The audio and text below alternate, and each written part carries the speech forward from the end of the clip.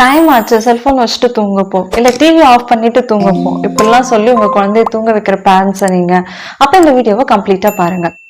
குழந்தைங்களுக்கு peaceful and ஹெல்தியான bed time routine கொடுக்கறதுக்கு குழந்தைங்களோட சேர்ந்து பேரண்ட்ஸும் என்னென்னலாம் செய்யலாம் அப்படின்னு சொல்லி நம்ம இந்த வீடியோல பார்க்கலாம். ஃபர்ஸ்ட், தூங்குறதுக்கு 2 hours முன்னாடியே வந்து டின்னர் டைமை கம்ப்ளீட் பண்ணிருங்க. டின்னர் முடிச்சதுக்கு அப்புறம் ஸ்கிரீன் டைம் சுத்தமாவே வேண்டாம். அடுத்து, ஃபன் ஆக்டிவிட்டி மாதிரி எல்லாரும் சேர்ந்து ப்ரஷ் பண்ணுங்க.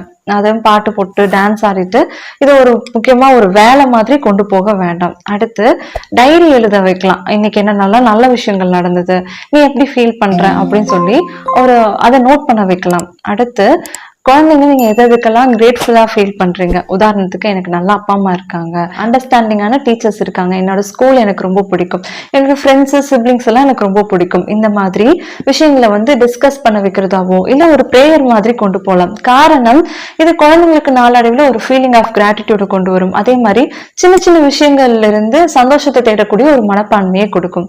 அடுத்து, குழந்தைங்களுக்கு பொறுத்த வரைக்கும் கைட் பண்றதை காட்டிலும் இன்ஸ்பயர் பண்றதுதான் ரொம்பவுமே வந்து ஒர்க் அவுட் ஆகும். ஸோ நீங்க மெடிடேட் பண்ண ஆரம்பிங்க. அதனால குழந்தைங்களும் உங்களை பார்த்து மெடிடேட் பண்ண ஸ்டார்ட் பண்ணுவாங்க நாளடைவுல. காரணம் என்ன அப்படின்னு சொல்லி பார்த்தோம் அப்படின்னா, தூங்குறதுக்கு முன்னாடி மெடிடேட் பண்ணும்போது மைண்ட் ஆகட்டும் பாடி ஆகட்டும் நல்லாவே ரிலாக்ஸ் ஆகும். இதுக்கப்புறமும் குழந்தைங்க தூங்கல அப்படின்னா பெட் டைம் ஸ்டோரிஸ் சொல்லலாம். திருக்குறள் கதைகள், நன்னெறி கதைகள்.